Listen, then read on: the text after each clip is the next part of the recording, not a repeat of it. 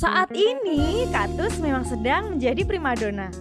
Baik untuk koleksi pribadi, dekorasi rumah, kafe, hingga souvenir pernikahan maupun souvenir wisuda. Ngomongin kaktus, aku mau ngajak kalian buat hunting ke galerinya. Welcome to the Prickle House. Mas, selamat siang. Perkenalkan, aku Kiki, aku dari Salatiga. Aku main kesini, aku dapat inspirasi juga dari temanku. Kan aku iseng-iseng buat lihat YouTube nih. Temanku tuh ngupload ini, nah aku penasaran, terus aku memutuskan buat kesini. Kan The Prickle ya. Betul. Nah Mas, untuk The Prickle sendiri tuh Mas dapat inspirasi atau ada filosofi apa sih Mas di dalam makna The Prickle itu? Kalau untuk Prickle House itu sebenarnya cuman kayak apa ya? Kita nggak ada filosofinya sih. Cuman kita mengambil kata atau mungkin kayak Prickle House itu kan artinya rumah duri. Itu kayak dulu itu kan artinya itu bahasa Indonesia kan rumah duri. Jadi dulunya itu kayak pengen gitu.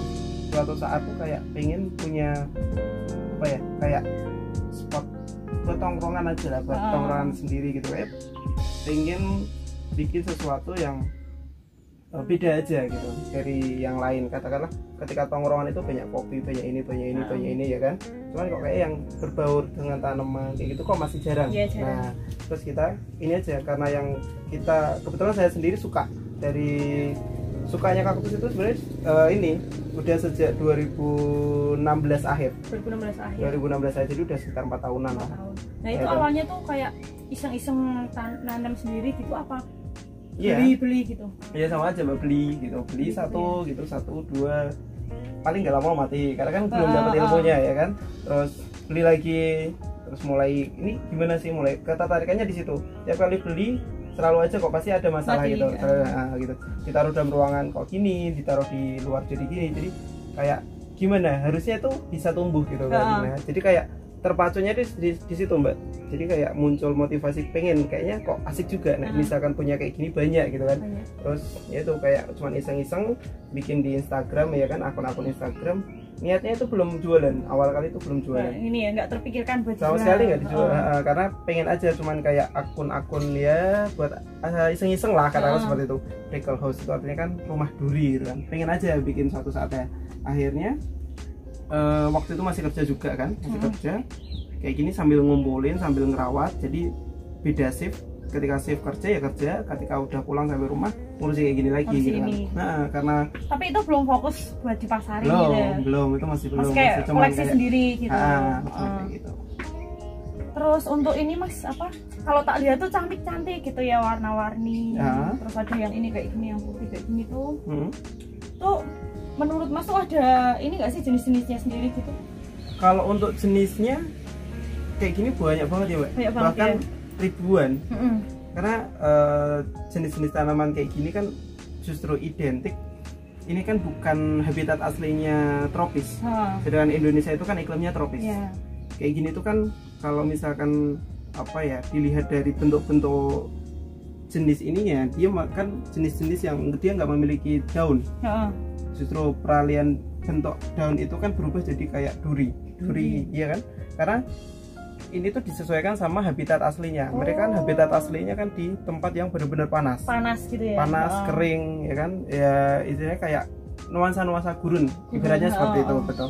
Sedangkan di Indonesia itu iklimnya tropis, jadi kayak apa ya, kayak gini tuh sebenarnya rumput Mbak di sana.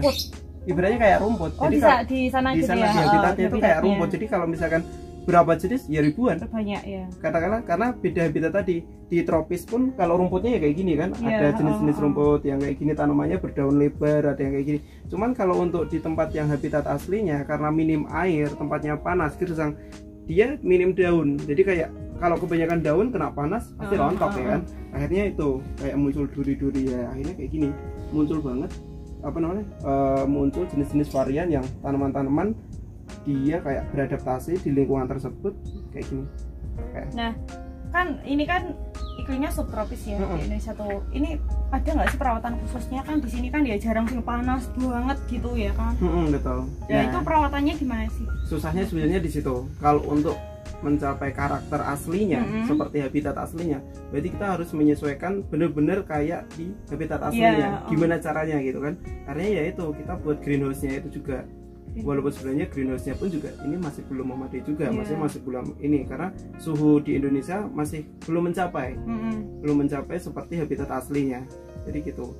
Kalau untuk perawatannya pun pasti berbeda nanti.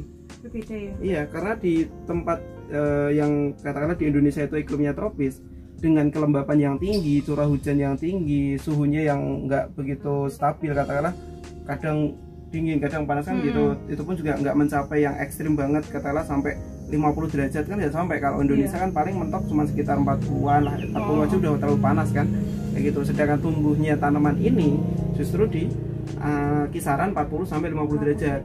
Nah di situ jadi kayak susahnya di situ. Walaupun kalau hanya untuk tumbuh, tapi kalau untuk tumbuh maksimal masih agak susah. Betul. Cuman ini nanti tetap cara ngerawatnya pun beda. Jadi tetap kita nyiramnya pun juga perlu hati-hati karena itu tadi media tanamnya pun juga ketika disiram air pasti nyimpan airnya juga lama. Sedangkan tanaman kayak gini kalau misalkan media tanamnya kurang poros itu misalkan gini, poros itu gambaran umumnya ketika media tanamnya itu disiram air langsung turun, itu sifatnya poros. Nah kalau misalkan medianya sampai terlalu padat, katakanlah seperti itu ya, medianya nggak pas, itu kan nyimpan air, ngikat airnya kan banyak. Nah itu yang beresiko nanti memunculkan masalah, jadi kayak muncul kutu, muncul bikin busuk akar kayak gitu. Itu cepet matinya ya? Kalau untuk cepet mati yang itu, kalau ada kutu ada itu. Kalau ya yang pasti kalau untuk cepet matinya selama kita tahu penanganannya sih enggak. Cuman kalau kutu sendiri, kutu-kutu putih, terus ada kutu sisik, kutu batok, kayak gitu, itu tuh kayak menghambat, mengganggu untuk pertumbuhan mereka. Gitu. Nah di Indonesia ini kan sering banget ya masuk musim kan nggak menentu, nek pas hujan banget ya, hujan terus gitu, gimana sih? Soalnya kan kayak gini ya susah gampang ya merawat kayak gitu ya Mas ya. Kalau pas hujan terus gitu kan curah air kan banyak banget, ya kan itu gimana Mas? Kalau bisa tanaman kayak gini mending kita sendiri yang nyiram air, jangan dihujan-hujanin. Karena ya itu tadi ketika curah hujan tinggi dia medianya terlalu basah banget, lebih cenderung memungkinkan untuk dia itu terserang berbagai masalah kayak penyakit kayak ini. Jadi berpulang untuk itu tadi gagal itu banyak. Betul. Jadi kalau bisa kita sendiri yang ngatur airnya, dan itu pun pasti jangka waktu untuk nyiramnya pun pasti lebih panjang. Katakanlah kalau tanaman biasa itu seminggu sekali gitu kan, kalau kayak gini sampai sebulan sekali pun nggak masalah. Nggak masalah. Toh juga mereka itu kan punya kelebihan kayak gini, apa namanya, di dalam batangnya ini kan dia nyimpan air. Fungsi tujuannya nyimpan air itu kan kayak untuk cadangan air ketika mereka itu benar-benar di kondisi benar-benar kering, medianya kering, musim kering. Nah dia menggunakan cadangan di dalam ininya untuk kayak apa ya, istilah kayak aktivitasnya itu di situ gitu kan, sumbernya itu di situ. Tapi ketika ini ya dia ambilnya dari bawah tetap, tapi kan dipasoknya di dalam ini juga. Nah kayak gitu. Jadi katakanlah dia nggak ditanam 1 bulan pun nggak masalah sebenarnya. Di dalam pot gini tuh bisa? Bisa. Kirain tuh ya udah kalau di dalam pot gitu nanti bisa dipindahin ke tanah gitu, maksudnya kayak ditanam permanen gitu loh. Ya bisa aja, tapi perlu hati-hati. Karena kalau misalkan ditanam di tanah, media tanah itu kan kalau di iklim tropis kan terbilang padat, subur banget, unsur harinya terlalu tinggi. Itu justru malah bikin dia nanti kayak overnutrisi. Ketika dia nanti dapat overnutrisi, jadi kayak apa ya, muncul ini nanti kayak defect. Jadi akhirnya dia semacam kayak kulitnya itu nanti bisa pecah. Pasti juga ini ada masalah juga nanti. Mempengaruhi pertumbuhannya bisa ini juga, gitu ya. Betul. Nah Mas, aku udah kepo banyak banget. Aku udah ngasih pengetahuan nih buat kalian. Aku masih kepo untuk list harganya sendiri nih Mas, kisaran dari ring berapa sampai ke yang termahal tuh berapa? Kalau untuk ring harga kita mulai dari 10 ribuan itu untuk jenis-jenis sukulen. Kalau untuk kaktusnya sendiri beda-beda sih, ada yang sampai ratusan ribu juga banyak. Bahkan kalau misalkan apa namanya, jenis-jenis tertentu yang memang masih jarang itu pun juga sampai jutaan ya? Betul. Cuman kalau kita jualnya sementara karena pasar kita tuh di banyak istilah kayak pemula ya kan, pemula paling rata-rata ya sampai ratusan ribu aja sih. Gitu. Oke, aku mau geser ke sana, aku mau kepoin yang di sana. Siap, monggo. Setelah kita tahu banyak informasi tentang tanaman kaktus ini, aku masih mau ajak kalian buat jalan-jalan loh. Yuk, ikutin aku terus. Selain kita bisa membeli kaktus di sini, galeri ini menyediakan persewaan kaktus loh untuk acara-acara tertentu, misalnya pernikahan, ulang tahun, dan sebagainya.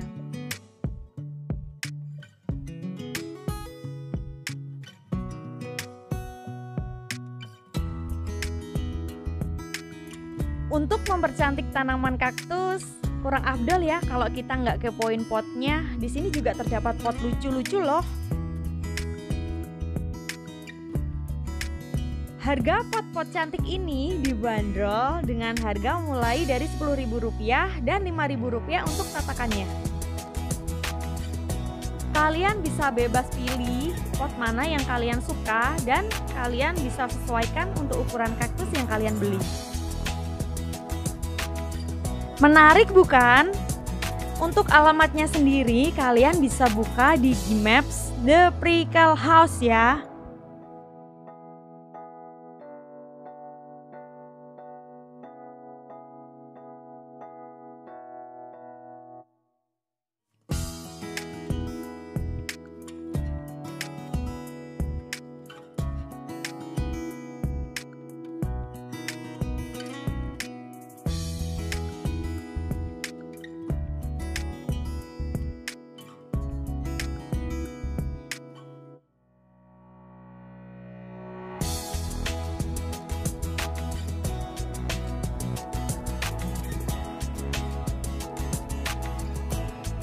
Yeay, pilihanku jatuh pada kaktus yang ini guys.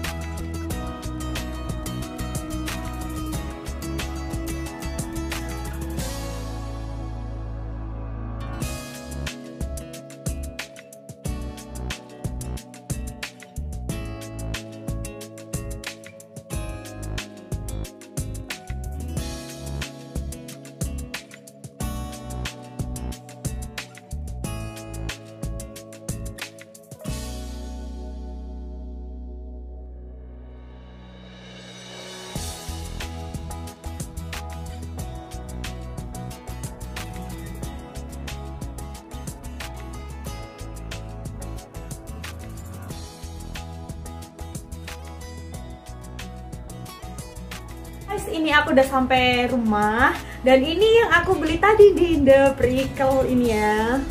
Nah, dari segi packaging kalau menurut aku ya itu menarik. Dan biasanya kan kita kalau beli sesuatu ya kan dapatnya plastik. Kalau ke The Prickle ini kita dapat paper bag dengan harga tanaman yang nggak begitu mahal. Tentunya menurutku ini praktis ya kan. Terus tuh menarik dan tentunya nggak malu-maluin dong ya kalau pas misalkan kita habis beli tanaman terus kita mampir kemana dulu gitu ya kan. Langsung aja yuk kita intip seperti apa kaktus yang udah aku beli tadi. Ini guys, aku tadi beli 3. Nah, ini satu bijinya tuh 20.000 dan 15.000. Tuh, seperti ini. Yang ini nggak aku ganti karena menurutku aku udah menarik banget gitu loh dari pot yang ini. Jadi aku memutuskan buat nggak ganti. Tuh, ini harganya 20.000. Kita dapat gratis alias free-nya batu. Ya ini ya, biar menambah makin menarik. Jadi kita pulang tuh udah praktis banget, kita nggak bingung mindahin ke pot yang lain lagi. Dan meskipun kalian beli hanya 1 picis pun, kalian itu akan dilayani dengan baik kok. Masnya juga ramah. Misalkan kalian nggak tahu ya tentang tanaman ini, ngerawatnya gimana, kalian tuh kepoin sesuka hati kalian tuh, kalian bebas banget dijawab singkat, padat, dan jelas. Pokoknya worth it kalau menurutku. Kalian wajib kesini bagi pecinta kaktus ya terutama. Dan yang kedua, aku ada ini, tara. Yang kedua aku punya ini guys. Kalau ini harganya agak lebih mahal sedikit ya, karena aku udah ganti pot dan tanamannya sendiri tuh udah agak selisih 5.000-an lah sama yang ini tadi. Tuh, menarik kan? Kita dikasih free ininya juga. Tuh. Oke, yang terakhir aku ada ini.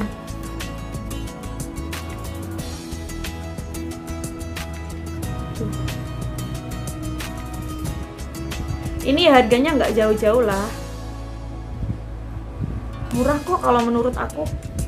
Dan kalau kalian mau tambah tatakan bawahnya, kalian cukup merogoh kocek 5.000 rupiah biar tanaman kaktusnya makin cantik. Tuh, kayak gini.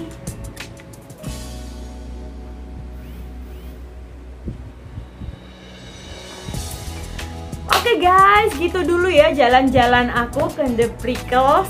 Dan aku udah beli kaktusnya. Kebetulan aku udah tertarik lama, cuman aku masih ragu buat beli karena aku belum tahu cara perawatannya gimana. Dan kebetulan aku memutuskan buat ya udah deh aku kesana aja, terus aku tanya-tanya panjang lebar dong di sana. Akhirnya aku tahu, ya udah aku memutuskan buat beli. Mungkin itu dulu dari aku. Semoga ini bisa menjadi apa ya, kayak referensi buat kalian yang suka kaktus atau tanaman lain.